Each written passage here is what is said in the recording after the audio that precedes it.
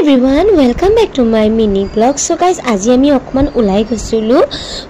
মানে কিবা এটা কামৰ কাৰণে উলাই গৈছিলো তো ভাবিলো যে অকমান ভিডিও এটা কৰিলো ইমানেই ভিৰ দেখিছো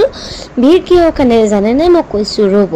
ভিৰ এটু কাৰণে হৈছে কাৰণ ছট পূজা আহি আছে তো ছট পূজা আহাৰ কাৰণে সকলোৱে বজাৰ কৰিবলৈ আহিছে you know vegetable বস্তু তেওঁলোকে নন ভেজ তো নাখায় ন লাউ খায় vegetable বস্তু খায় আৰু তাৰ লগতে পূজাত ইউজ কৰিব পৰা নাৰিকল কুহি এসব বলা আহিছে তো বলছন কি কেনেকে কি উলাইছে তাকে দেখাও তো এয়া দেখিছেনে নতুন গামুচা উলাইছে তেওঁলোকে সব বস্তুৱে নতুন ইউজ কৰে ন আৰু এয়া দেখিছেনে ইমানে বস্তু উলাইছে মই আপোনালোকক কি কম মানে আনাৰস উলাইছে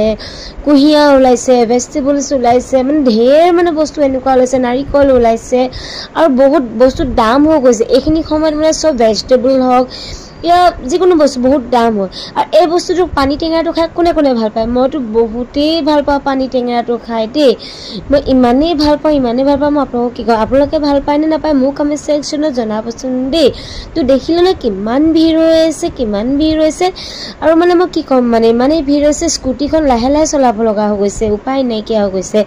কাৰণ এইখিনি সময় তেওঁলোকৰ এটা পবিত্ৰ মাহ হয় ন তো হেতু কাৰণে ভেজিটেবলস বস্তুবোৰ তেওঁলোকক বেছি লাগে আৰু পূজাৰ বস্তুবোৰ তেওঁলোকক এতিয়া পাই মানে দুদিনৰ আগৰ পাই লবলৈ ষ্টাৰ্ট কৰি দিয়ে এদিনৰ আগৰ পাই লোৱা ষ্টাৰ্ট কৰি দিয়ে আৰু দেখিছেনে ইমান ধুনিয়া কল উলাইছে আপেল এওঁলোকে মানে পূজাত ইউজ কৰে সববোৰ সো গাইস এই মিনি ব্লগটো যদি চাই ভাল পালে না তো মোৰ চেনেলটো সাবস্ক্ৰাইব লাইক কৰি দিব আপোনালোকে সাবস্ক্ৰাইবও নকৰে লাইকও নিদিয়ে তো প্লিজ মোৰ চেনেলটো সাবস্ক্ৰাইব লাইক কৰি দিব দে এইটো আজিলৈ টাটা বাই বাই